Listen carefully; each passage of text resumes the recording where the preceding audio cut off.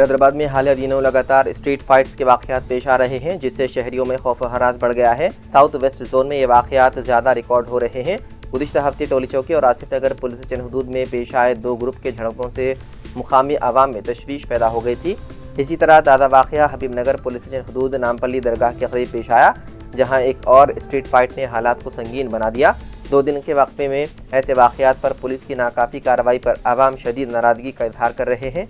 मुकामी अफराद का कहना है कि रात के औकात में स्ट्रीट फाइट से बढ़ते हुए भी गश्त को मजबूत नहीं किया जा रहा है, जिससे नज़्म व नस्क मुतासिर हो रहा है। शहरियों ने मुतालबा किया है कि अमन व अमान बरकरार रखने के लिए फौरी इक़दाम किए जाएँ। वहीं पुलिस हुकाम ने बताया है कि इन वाकयात की तहकीकात शुरू कर दी गई है।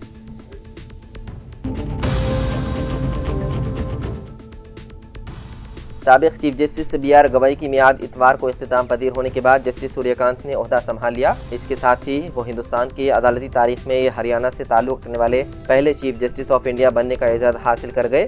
जस्टिस सूर्यकांत 9 फरवरी साल 2027 तक चीफ जस्टिस की हैसियत से खिदमत अंजाम देंगे। जस्टिस सूर्यकांत की पैदाइश 10 फरवरी 1962 को हरियाणा के ज़िले हिसार में हुई। 1981 में ग्रेजुएशन मुकम्मल किया। 1984 में रोहतक की महर्षि दयानंद यूनिवर्सिटी से LLB की डिग्री हासिल की। उसी साल हिसार डिस्ट्रिक्ट कोर्ट में वकालत का आगाज़ किया और 1985 में Punjab and Haryana high court मुंतकिल हुए। साल 2001 में सीनियर एडवोकेट का दर्जा हासिल किया। 9 जनवरी साल 2004 को Punjab and Haryana high court के जज मुकर्रर हुए और 24 मई साल 2019 को सुप्रीम कोर्ट के जज के तौर पर तरक्की पाई। 2 दहाइयों पर मुश्तमिल अपने अदालती करियर में जस्टिस सूर्यकांत कई अहम फैसलों का हिस्सा रहे हैं।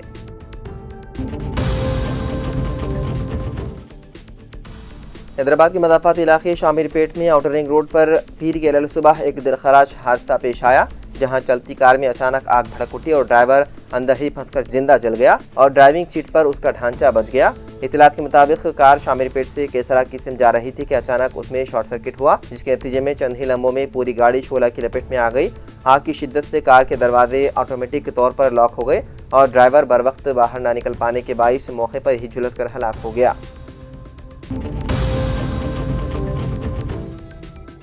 तेलंगाना के जिले सूर्यापेट के गांव बराकट गोड़म में अराजी के तनाज़े पर एक इंतहाई दिलखराश वाक़या पेश आया, जिसमें भाई ने बहन के ख़ानदान पर हमला कर दिया। तफसीलात के मुताबिक गांव के उपेंद्र रेड्डी और उनकी बहन के दरमियान काफ़ी अरसे से अराजी का तनाज़ा चल रहा था। ये हमले का वाक़या उस वक्त पेश आया जब बहन ने धान की कटाई शुरू की। उस पर भाई उपेंद्र रेड्डी ने ट्रैक्टर का इस्तेमाल करते हुए अपनी बहन, उनके शोहर, उनके 2 बच्चों और यहाँ तक के धान काटने वाली मशीन के ड्राइवर को टक्कर देने की कोशिश की और हमला किया।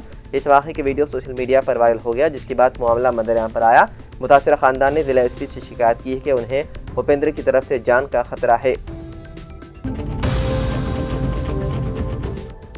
तेलंगाना काबीना का अहम इजलास 25 नवंबर को मुनक़्क़िद होगा, जिसमें तवक्को है कि स्टेट इलेक्शन कमीशन को पंचायत राज इदारों के नोटिफिकेशन की इजराई के लिए मकतूब रवाना किया जाएगा। हुकूमत ने सुप्रीम कोर्ट के अहकामात के पेश नज़र मौजूदा 50% तहफ़्फ़ुज़ात के साथ पंचायत राज इदारों के इंतखाबात का फैसला किया। पंचायत राज इदारों के इंतखाबात के पस पर्दा हिकमत अमली के तहत मरकज़ से 3000 करोड़ फंड हासिल करना है।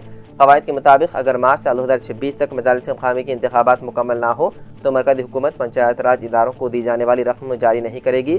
मार्च से कबल इंतखाबी मरहला मुकम्मल करते हुए 3000 करोड़ रुपये दावेदारी पेश की जा सकती है। बाबसूख ज़राए के मुताबिक काबीना के इजलास में SC, ST और BC तबक़ात के लिए मौजूदा 50% तहफ़्फ़ुज़ात को मंजूरी दी जाएगी, जिसके बाद 27 नवंबर या जारी माह के इख्तिताम से कबल state election commission election schedule जारी कर देगा। मदीना मुनव्वरा में तेलंगाना के सरकारी वफ्द ने हालिया बस सानहे में बच जाने वाले नौजवान मोहम्मद शोएब से हॉस्पिटल पहुंचकर मुलाकात की और उन्हें पुरसा दिलाया कि तेलंगाना हुकूमत उनके साथ है। वज़ीर अक़लीती बहबूद मोहम्मद अज़हरुद्दीन, सेक्रेटरी अक़लीती बहबूद B शफ़ीउल्लाह IAS और रुकन असम्बली माजिद हुसैन ने हॉस्पिटल पहुंचकर शोएब को भरोसा दिलाया कि हुकूमत उनके बेहतर से बेहतर इलाज को यकीनी बनाएगी और मुकम्मल सेहतियाबी के बाद हर मुमकिन मदद दी जाएगी। उन्होंने हुकूमत की जानिब से तमाम मुतासरा ख़ानदानों की इमदाद के फैसले से वाकिफ़ कराया। अज़हरुद्दीन ने डॉक्टर से शोएब की सेहत के बारे में मालूमात हासिल की और ख्वाहिश की कि शोएब को बेहतर से बेहतर इलाज की सहूलतें फ़राहम की जाएंगी।